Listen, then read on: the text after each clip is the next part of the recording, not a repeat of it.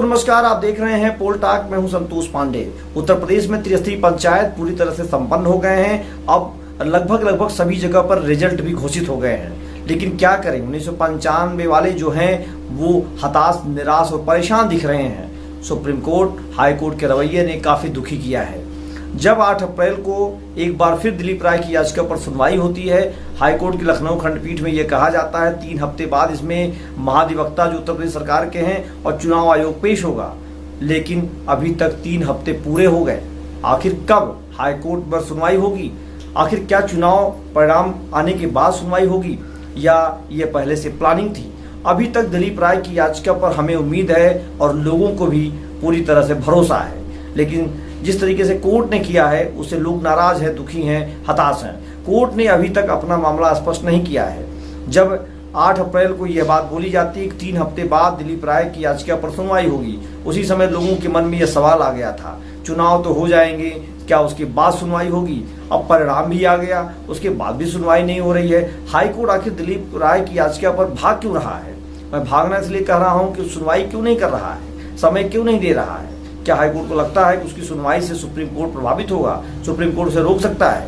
जरा हम समझाते हैं कि उस दिन क्या हुआ था। अमित सिंह भदौरिया जो दिलीप राय की याचिका में जो वकील हैं, जो वहां पर याची के साथ जो वहां पर जिरह कर रहे थे, अनुच्छेद 243D(9) विशेष रूप से चक्रानुपात रोटेशन की बात को लिए कहा गया था, जो प्रावधान है उस पर उन्होंने कहा था। और उस समय याची के वकील अमित सिंह भदौरिया ने के कृष्णमूर्ति बनाम भारत संघ के मामले में सुप्रीम कोर्ट के निर्णय का भी हवाला दिया था।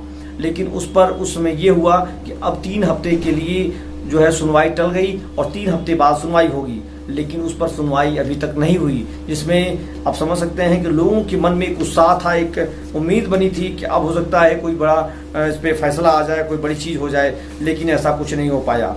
तो मेरा सवाल यही है कि आखिर कब हाईकोर्ट सुनवाई करेगा? दिलीप राय की याचिका पर सुनवाई न होने से काफी लोग नाराज हैं। उनका नाम कहीं कहीं दिलीप कुमार भी है, कहीं कहीं दिलीप राय भी है, इसलिए राय और कुमार में आप लोग ज्यादा ना जाइएगा। दिलीप नाम को ही समझिए, उनके नाम पर याचिका थी और अभी उस पर कोई कहीं बहस नहीं हो रही है। सन्नाटे की वजह से लोग परेशान हैं। अब तक उस पर कोई फैसला नहीं आया, अब तक सुनवाई नहीं हुई। और उसमें यही बात थी किस तरीके से आपने आवंटन किया, किस तरह से आरक्षण दिया, इन तमाम चीज़ों पर। लेकिन मुझे भरोसा और उम्मीद है कि अभी उस पर सुनवाई अगर होगी तो चीज़ें बदलेंगी। लेकिन अभी तक उस पर सुनवाई न होकर के 3 हफ्ते लगभग पूरे हो गए हैं। अभी भी सुनवाई न होने से हमारे मन में भी सवाल उठने लगा है।